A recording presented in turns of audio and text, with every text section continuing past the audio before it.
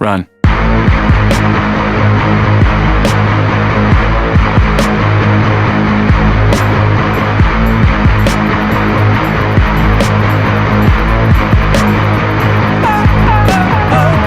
Hello everybody, it's Zero G Coasters here, and today I'm going to be reviewing Intimidator at Carowinds.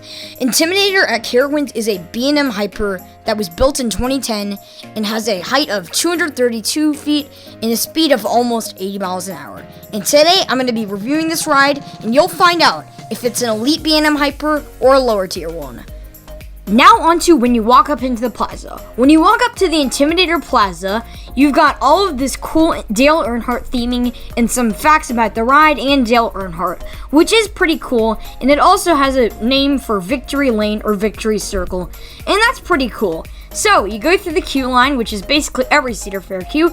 Switchbacks! Hooray! We don't need another shuttle wooden coaster, but hooray, I guess. And once you're at the end of the line, you go into the station.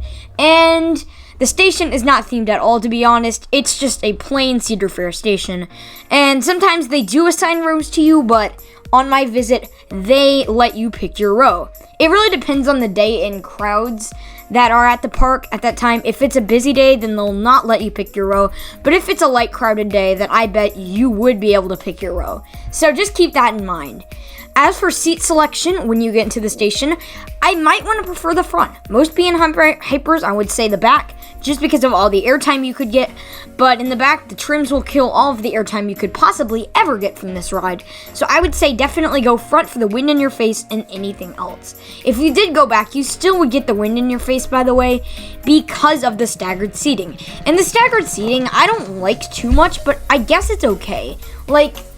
It's okay. It lets you feel the wind in your face a lot, but other than that, it's really just making the train longer. But if you do want a better drop, go into the back. So, you hear a very bad gentleman. Start your engines. And you go up the lift hill at a very fast pace. And the lift hill is fast, yes, just like I said, and it'll get you up there in about maybe 40 to a minute.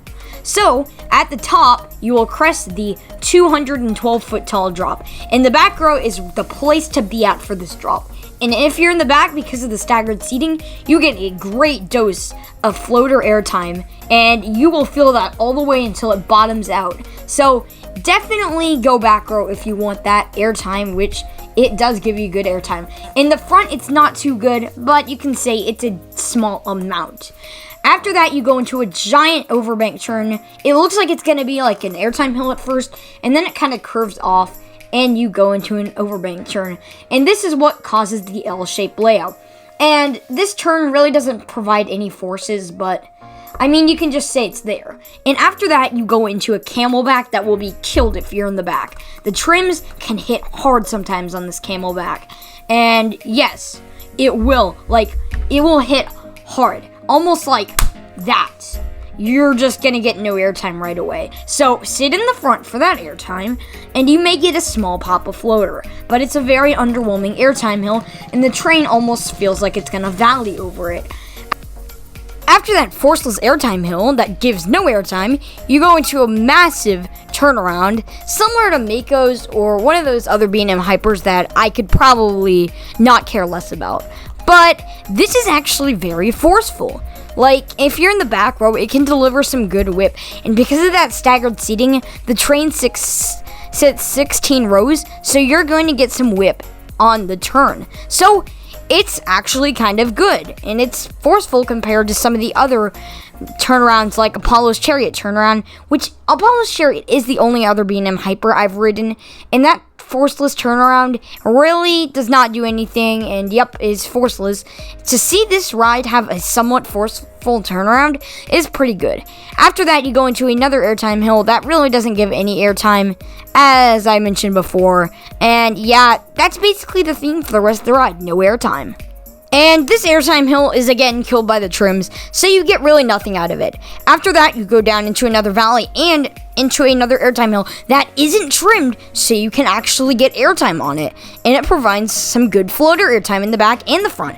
Then you take a turn up into the mid-course brake run. The mid-course doesn't really slow your speed down too much, but then you take a little dip and up into a little bit of a hill that doesn't give anything, and then a helix that is very forceless, and yep. After that, you have the end of the ride. Oh wait, not yet. You have that surprise pop of airtime that can give a surprising amount of floater. I was genuinely surprised by that. So that's really good. And then you take a little small valley into the brake run. This layout is meh for B&M Hyper. It's just your normal L-shaped layout. So nothing to really complain about. It's just that the trims really kill the ride. So where's this sit in my rankings? Well, this ride is actually outside of my top 5, and if you've seen my B&M Coasters ranked video, just click above right now, and I placed this actually 6 out of 7th on my B&Ms. The only one lower was a B&M Wing Coaster, and I had a Alpengeist tire. So, saying that, and I really not the biggest fan of Alpengeist, that's just saying something about this ride. And yes, it's a really good ride, but it's not on the level of like Apollo's Chariot. So that's my thoughts on the ride. If you guys want to see more reviews, I'm going to be doing a Twisted Timber review later. I'm going back to King's Dominion tomorrow, so if you guys really want to see more footage, I'm going to hopefully get a full video of Twisted Timbers out of footage, and then I'm going to get a review video out. But if you guys enjoyed, then please click the like button and consider subscribing. See you guys and keep on riding. Oh, if you watched this far, then I have a little secret for you. Just look above right now. Tomorrow at 6 p.m. on Hershey Park Enthusiast channel. Be there.